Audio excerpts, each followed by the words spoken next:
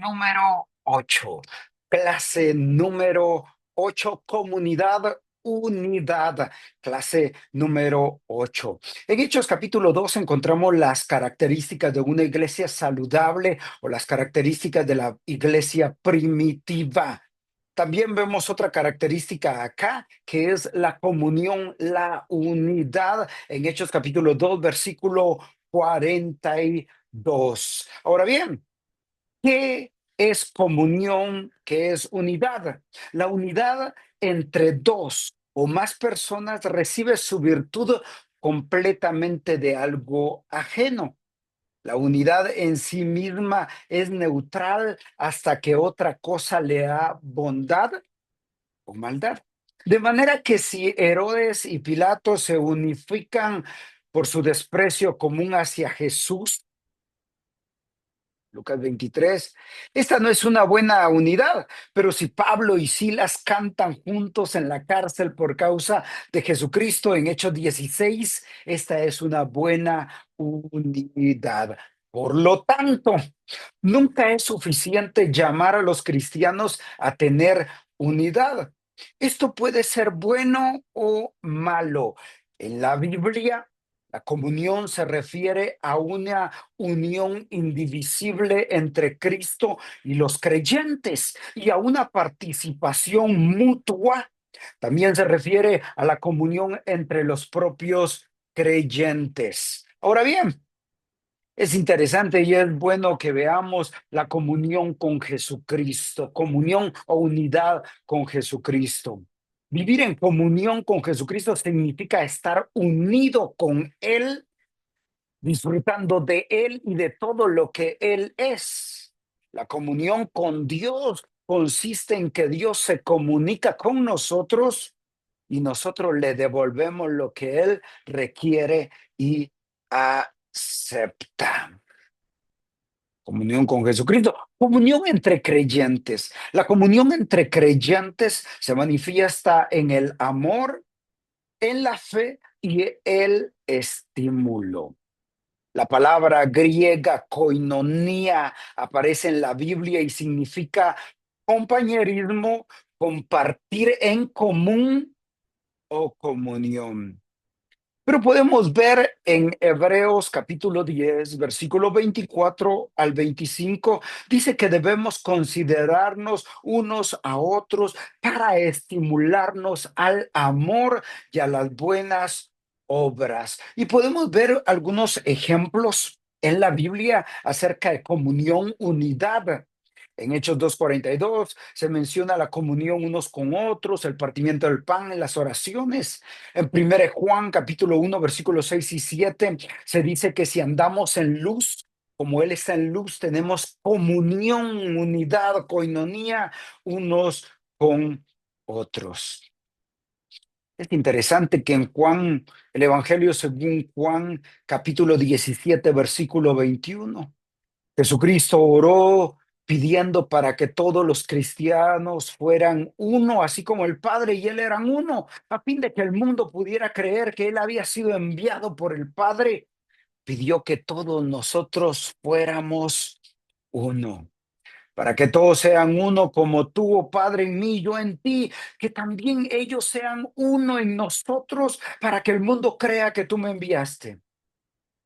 Eso básicamente se refiere a la unidad de los creyentes como un resultado de la salvación. Pero Jesús también quería que nosotros tuviéramos unidad en la vida y propósito de la iglesia. El apóstol Pablo les dijo a los efesios que se esforzaran en guardar la unidad del Espíritu en el vínculo de la paz. Efesios 4:3 dice eso. No les dice que ellos generen la unidad. Ya la tenían. Ellos tenían que mantener esa unidad que Dios ya les había dado. Guardar la unidad es una de las funciones importantes del Espíritu Santo. El Espíritu Santo guía, pero debemos estar dispuestos a que nos guíe. Lo hacemos al poner nuestra mira en Dios y no en nosotros mismos. Unidad es parte importante de la vida de la iglesia. Esa es la razón por la que Satanás la ataca constantemente. La unidad glorifica a Dios, honra su santo nombre. Satanás está tratando intensamente de dividir a las iglesias. Alabo a Dios porque nuestra iglesia, Camino y Verdad, nunca ha sufrido una división. Ha habido personas que querían marcharse debido a que ciertas cosas no sucedieron en la manera que ellos esperaban. Aun si ellos estaban en lo correcto, la humildad y el amor no actúan de forma que produzcan divisiones. Obviamente, nadie es perfecto, de manera que siempre habrá pequeñas cositas sobre las cuales las personas estarán en desacuerdo. Sin embargo, debiéramos siempre, debiéramos siempre hincarnos de rodillas juntos y buscar mantener la unidad del espíritu en el vínculo de la paz, como dice Efesios 4:3. Ese fue el deseo de los corintios el apóstol Pablo les dice a los de Corinto: os ruego pues, hermanos, por el nombre de nuestro Señor Jesucristo, que habléis todos una misma cosa, que no haya entre vosotros divisiones, sino que estéis perfectamente unidos en una misma mente, un mismo parecer. Porque he sido informado acerca de vosotros, hermanos míos, por los de Cloe, que hay entre vosotros contiendas. Eso fue en los Corintios, en los de Corinto. No podía soportar el ver divisiones en la iglesia filipenses, también el apóstol Pablo, que ni siquiera oiga entre vosotros que estáis firmes en un espíritu, combatiendo unánimes por la fe del evangelio. Filipenses 1:27. Las palabras son de gran aplicación en el día de hoy. ¿Ve usted en su vida esas actitudes mencionadas? ¿Se caracteriza su vida por la obediencia? ¿Está progresando en madurez y siendo más santificado al escuchar la palabra y aplicarla?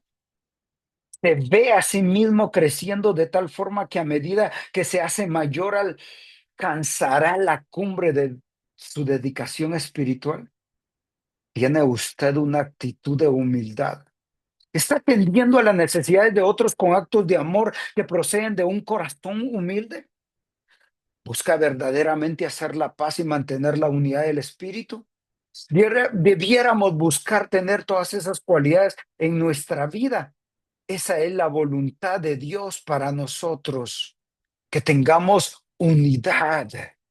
Como el pueblo de Israel en el Antiguo Testamento, habían algunos que estaban en contra de Moisés, pero siempre el amor a Dios, la pasión por Dios les unía en el Nuevo Testamento. Los 12 discípulos estaban con Jesús, tenían unidad. Ya en la final había uno que no quería tener unidad, sino que quería estar dividido. Pero él no tenía verdaderamente a Dios en su corazón. Los que crean divisiones, conflictos, son los que no tienen a Dios en su corazón, al Espíritu Santo.